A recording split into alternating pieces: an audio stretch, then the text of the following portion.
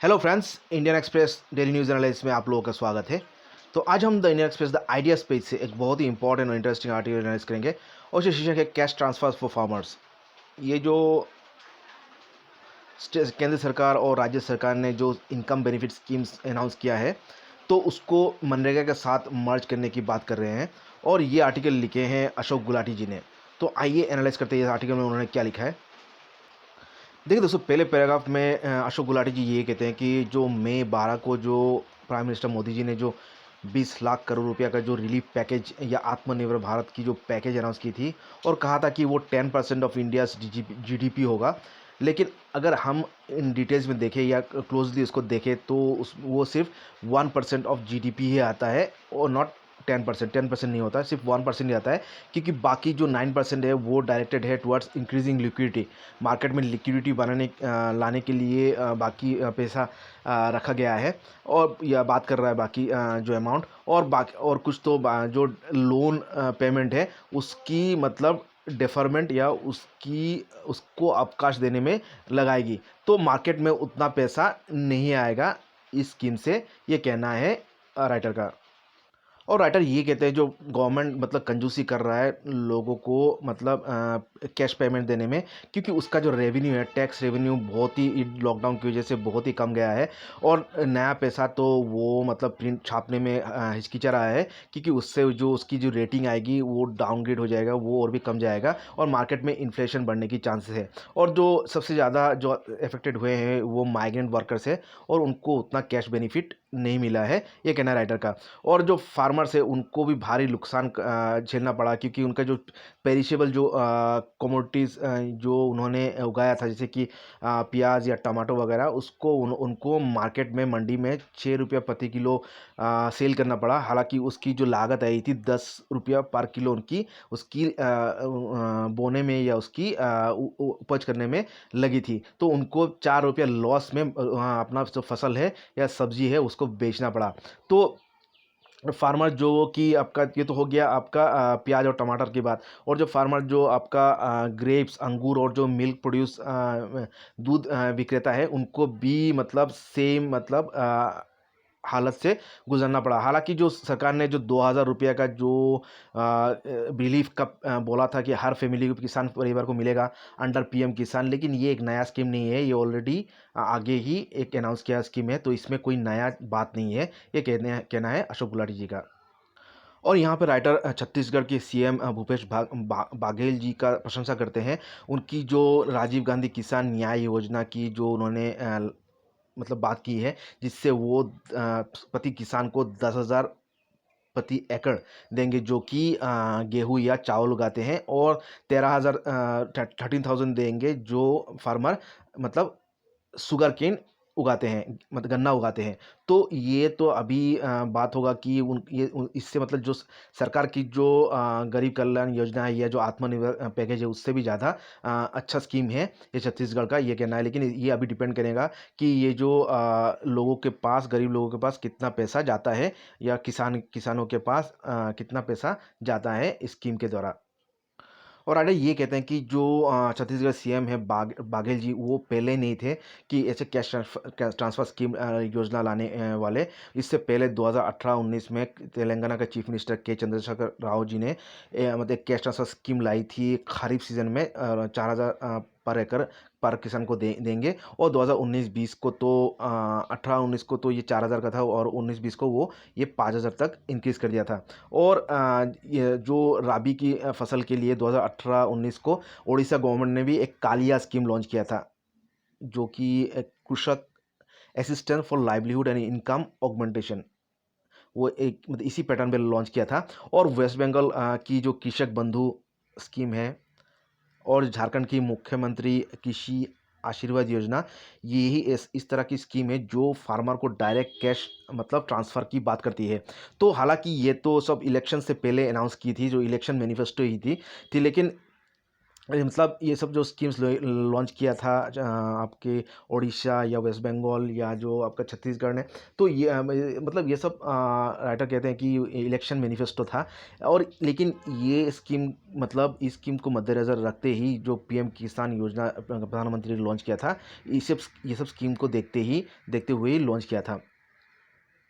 और अभी राइटर कहते हैं ये सब स्कीम तो अच्छा है, या उनकी उद्देश्य ठीक है, लेकिन अभी उनको सबको मार्च करना चाहिए जिससे कि वो एक एफिशिएंट और इंक्लूसिव मैनर में काम कर सके विदाउट एनी लीकेज। तब इस सब स्कीम को मार्च करने की बात करते हैं।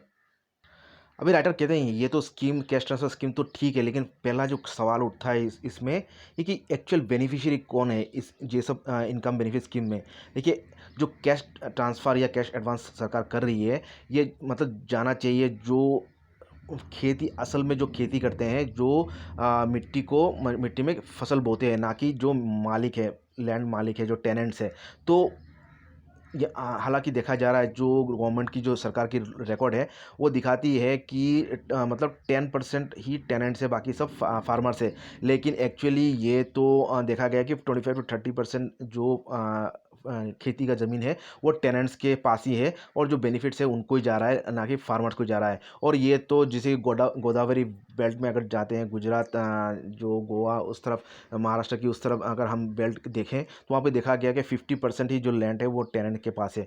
तो इससे जो एक्चुअल बेनिफिट होती है जो कैश ट्रांसफ़र की, वो लैंडलॉर्ड्स के पास हो जाती है, और मतलब जो कृषक के पास ये नहीं जाती है। तो ये एक खामियाजा है इस स्कीम का। और इस सिस्टम का एक ही इलाज है कि जो कृषक है, जो टीलर है, फार्मर है, उसको इन्फॉर्म किया जाए कि अगर कोई भी उसको ओनर को या जो टेनेंट है उसको अगर कैश बेनिफिट मिलता है सरकार द्वारा, तो उसको इन्फॉर्म किया जाना चाहिए कि उसके ओनर को कैश बेनिफिट मिला है। और ये अपील करना चाहिए जो लैंड ओनर है कि उसको जो बेनिफिट है वो अपना कृषक को वो पास कर दे, या जो अपना लैंड रेंट है उसमें कुछ एडजस्टमेंट कर दे, क्योंकि उसको तो सरकार द्वारा बेनिफिट मिल रहा है। तो इसके लिए इन्फॉर्मेशन और जो ओनर्स है उनको परसू करना होगा, उनको मतलब सरकार उनको प्रेशर देना करना होगा कि उनको ये बेनिफिट देना होगा। और ये थ्रो रेडियो और न्यूज़पेपर के ज़रिए मतलब सभी कृषक को मतलब जागरूक करना होगा, ये कहना है राइटर का। और दूसरा जो प्रॉब्लम आती है, ये जो मतलब लैंडलेस जो लेबरर्स है उनकी आइडेंटिफिकेशन में, क्योंकि उनके पास ना ज़मीन है ना कागज़ है, और उनको इसीलिए मतलब आइडेंटिफाई करना बहुत मुश्किल हो जाता है, और उनको कैश बेनिफिट देना बहुत मुश्किल हो जाता है। और ये जो उनके जो मेजॉरिटी ऑफ जो टेम्पोररी और सीजनल वर्कर्स है, वो उसको मतलब ये जो उनकी जो आइडेंटिफिकेशन है वो मतलब पंचायत और पटवारी इसके हाथों में जाता है। और इस तरह इसमें जो लीकेजेस है, फंड की जो लीकेज होती है, वो उसकी चांसेस बहुत ज़्यादा हो जाता है, और करप्शन की भी लीकेज और करप्शन की चांसेस बहुत ज़्यादा हो जाता है, क्योंकि पटवारी और पंचायत ही निर्धारित निर्धारित करते हैं कि कौन लैंडलेस है कौन नहीं है, और बेनिफिट्स भी उनको दिया जाता है। तो यहाँ पे किया जा रहा है जो जो मनरेगा है, जो Mahatma Gandhi national rural employment guarantee scheme है, उसके तहत जो फार्म ऑपरेशंस है उसको लिंक करने की बात कर रहे हैं, जिससे कि जो मतलब इससे जो कॉस्ट ऑफ फार्मिंग है, जो कि मतलब लैंडलेस लेबरर है उनकी जो कॉस्ट ऑफ फार्मिंग है उस पे काफ़ी उनको राहत मिले। और जो एम्प्लॉयमेंट गारंटी स्कीम है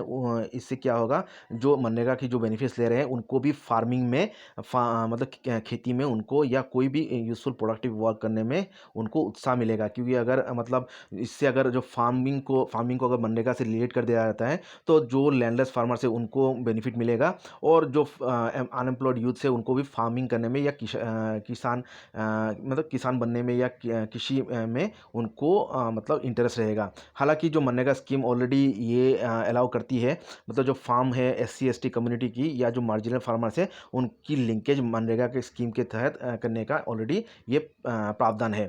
तो और यहाँ पे अशोक गुलाटी जी एक बहुत ही इंपॉर्टेंट मुद्दा करते हैं कि जो इनकम सपोर्ट स्कीम है सभी को मार्च करने की बात करते हैं, जैसे कि जो PM किसान है, या जो स्टेट लेवल जो इनकम सपोर्ट स्कीम्स है, जैसे उड़ीसा गवर्नमेंट कर रही है, या जो वेस्ट बंगाल या छत्तीसगढ़ सरकार कर रही है, या उसको मनरेगा का साथ, या दूसरा जो प्राइस सब्सिडी स्कीम्स है, जैसे कि जो कि सरकार दे रही है, फूड एंड फर्टिलाइजर सब्सिडीज़ दे रही है, या जो भी मतलब पावर सब्सिडीज़ दे रही है सरकार, और जो स्टेट गवर्नमेंट दे रही है उस सबको मार्च करने का बात कर रही है। तो ये सभी स्कीम को अगर मार्च कर देती है तो ये 5 लाख करोड़ रुपये का एक बजट आएगा और इससे एक मतलब एक बहुत अच्छा साम होगा, जिससे कि सभी गरीब परिवार को बेसिक इनकम की कवरेज मिल सकती है। तो यूनिवर्सल बेसिक इनकम की एक अच्छी एक मतलब सुविधा होगी इससे। और जो इसके बाद जो मार्केट है उसको फ्री कर देना चाहिए, उसको मतलब फ्रीली ऑपरेट करने देना चाहिए। तो इससे जो लैंडलेस लेबरर्स है या जो फार्मर्स है या जो पुअर कंज्यूमर्स है, सभी को मतलब लाभ होगा। मतलब सभी स्कीम को अगर मार्च करके सभी की अगर यूनिवर्सल बेसिक इनकम कर दिया जाता है, तो सभी तबके के लोगों को लाभ होगा। और अंत में राइटर कहते हैं कि एक एक्सपर्ट ग्रुप होना चाहिए जो कि ये सभी जो स्कीम्स है, इंडिविजुअल स्कीम्स है, उसको क्लोजली मॉनिटर करे। और एक मतलब जो एक अम्ब्रेला स्कीम बनाना चाहिए उसको भी मतलब मतलब बनाना चाहिए, उसको भी मॉनिटर करने के लिए मतलब एक ग्रुप बनाना चाहिए। और ये सभी गरीब और जो ज़रूरतमंद है उनको उनकी सभी की ज़रूरत ये पूर्ति करने में सहायता होगा। तो इस अंत में ये सवाल करते हैं, क्या जो हमारा जो अभी मोदी सरकार है, मोदी गवर्नमेंट है, क्या ये बात सुनेगी? मतलब सभी स्कीम को मर्ज करके गरीब और किसान ये गरीब तबके के लोग या किसानों की यूनिवर्सल बेसिक इनकम या उनकी जो आर्थिक दुर्दशा है वो या क्या उसको पूर्ति करेगी? तो ये था article cash transfers for farmers की एनालिसिस। आशा करता हूँ आप लोगों को अच्छा लगा है। अच्छा लगा तो लाइक कमेंट कीजिएगा और चैनल को सब्सक्राइब कीजिएगा। Thank you.